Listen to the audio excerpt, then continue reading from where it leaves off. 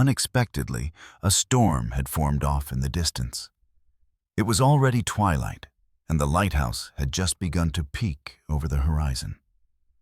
The winds had worked against them, and the strong, inrushing tide had dragged them off schedule.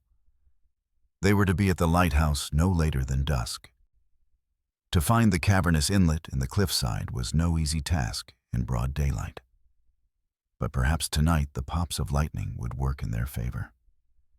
Their engine groaned, and their bow slammed against the foam, which rose and fell, and rose and fell, as that lonely light grew brighter and brighter off in the distance.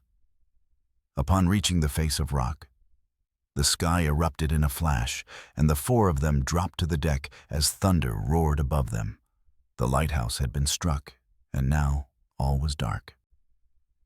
"That's not supposed to happen," Mason shouted through the pouring rain at the rest. "It's supposed to be grounded." They looked up at him as a litter of puppies might look up to their grumbling mother. None of them were in it for anything but the thrill of exploration. It was Mason who knew the water, knew the tides, knew this spot. "Should we go back?"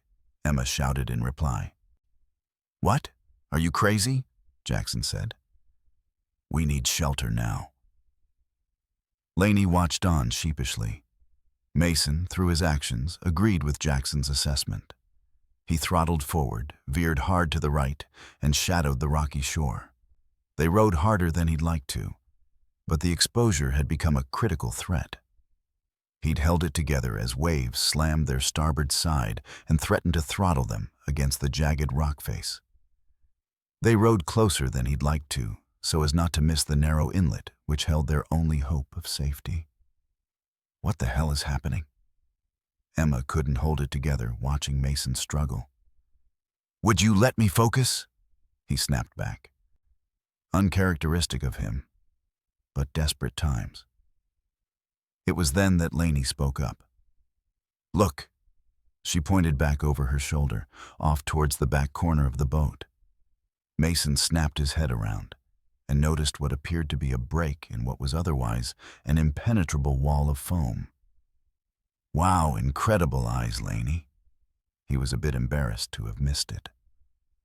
"We could have been in real trouble had we missed that." He veered port side and navigated the crashing waves into a dim cove. Their lights reflected off the water, which was eerily still and illuminated what appeared to be an inseam of mud, grit, and algae. The walls dripped and stank of sulfur. "Why's it smell like that?" Jackson scowled. "Would you shut up, Jackson?" Emma snorted. Thunder cracked. "Would you rather be out there? Let's everybody just relax."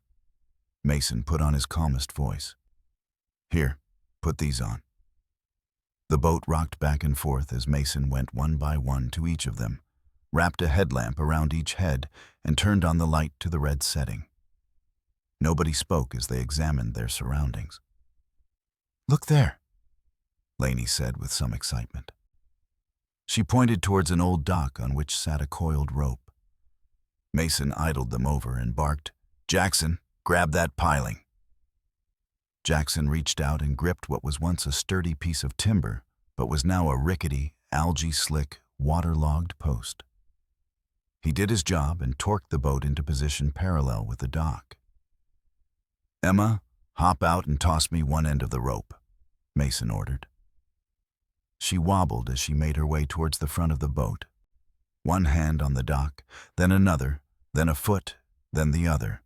She stood up and retrieved the rope.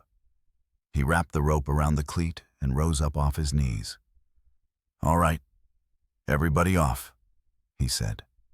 Jackson went first and nearly slipped on wet wood of the dock before catching his balance. Laney stepped forward carefully and took her turn. Mason was last off. "What the hell is this storm?" Laney said with some fear in her voice. "I don't know, but it's freezing." Jackson shivered. "We better get inside," Mason said as he turned his headlamp to the side, illuminating a wooden ladder with a hatch at the top.